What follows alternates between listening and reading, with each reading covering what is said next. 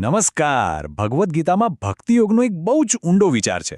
પણ સવાલ એ થાય કે શું આ હજારો વર્ષ જૂનો સિદ્ધાંત આજના ફાસ્ટ પેસ્ડ જીવનમાં ખરેખર કામ આવી શકે? ચાલો આજે આપણે એ જ સમજવાની કોશિશ કરીએ કે આ પ્રાચીન જ્ઞાનને આધુનિક જીવન માટે કેટલું પ્રેક્ટિકલ બનાવી શકાય છે.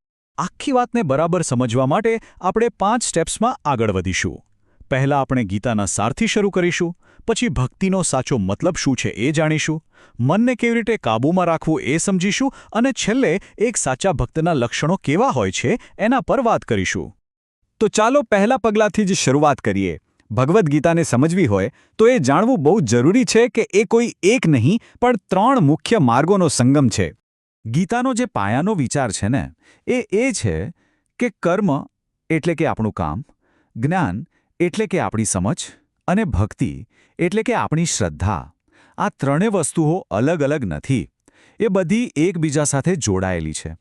અને આ બધામાં ભક્તિ એક એવી ચાવી છે જે આપણા રોજબરોજના સામાન્ય કામને પણ એક અલગ જ લેવલ પર લઈ જવાની તાકાત રાખે છે. તો પછી આ ભક્તિ છે શું? શું એનો મતલબ ફક્ત મંદિરમાં જઈને પૂજાપાઠ કરવો એટલો જ છે? ના. ગીતા આપણને ભક્તિની એક એવી વ્યાખ્યા આપે છે જે આપણા રોજના જીવન સાથે સીધી જોડાયેલી છે.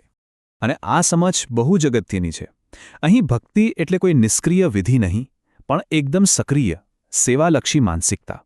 એટલે કે ભક્તિ એ કોઈ ક્રિયા નથી, પણ એક જીવન જીવવાની રીત છે. આ વાતને સમજવા માટે એક બહુ જ સરળ ઉદાહરણ લઈએ. માની લો કે રસોઈ બનાવવી. એ તો એક સામાન્ય રોજિંદું કામ છે, ખરું ને? પણ જો એ જ રસોઈ સમર્પણના ભાવથી, કોઈને પ્રેમથી જમાડવાના ઈરાદાથી બનાવવામાં આવે તો એ ખાલી ભોજન નથી રહેતું, એ સીધું પ્રસાદ બની જાય છે. કામ તો એ જ છે, પણ એની પાછળનો ભાવ આખા કાર્યનું સ્વરૂપ બદલી નાખે છે.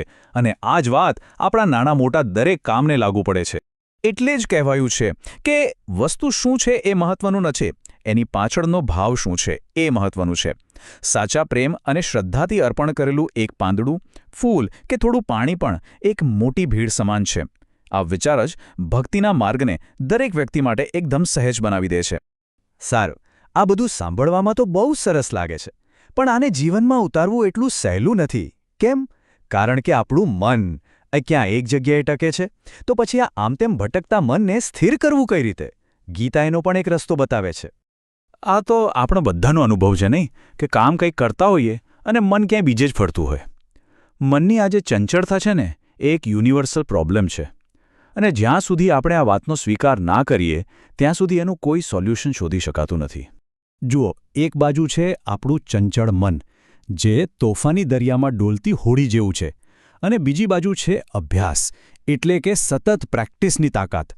આ અભ્યાસ એક મજબૂત લંગર જેવું કામ કરે છે, જે એ ભટકતા મનને એક જગ્યાએ સ્થિર કરી શકે છે, એને શાંત પાડી શકે છે. આનું એક બીજું સરસ ઉદાહરણ છે. જો આપણે 10 અલગ અલગ જગ્યાએ થોડું થોડું ખોદીએ તો ક્યાંને પાણી ન મળે, પણ જો એક જ જગ્યાએ સતત ખોદતા રહીએ તો કૂવો બને જ છે. બસ મનને ટ્રેન કરવા માટે પણ આવા જ સતત અને ફોકસ્ડ પ્રયત્નની જરૂર પડે છે. ચાલો હવે આ ફિલોસોફીમાં થોડા વધુ ઊંડા ઉતરીએ.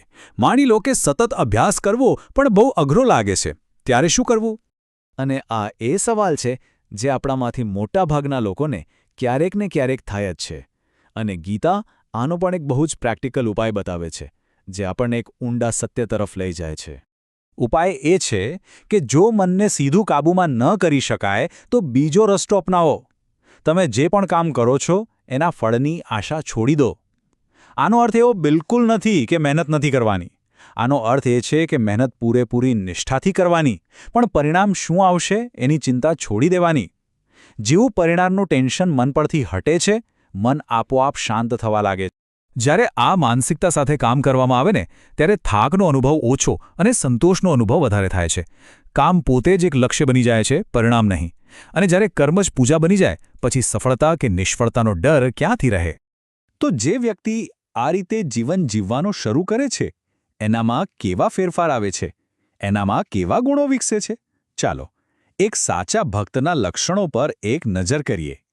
આ જીવનશૈલીમાંથી કેટલાક મુખ્ય ગુણો કુદરતી રીતે જ બહાર આવે છે.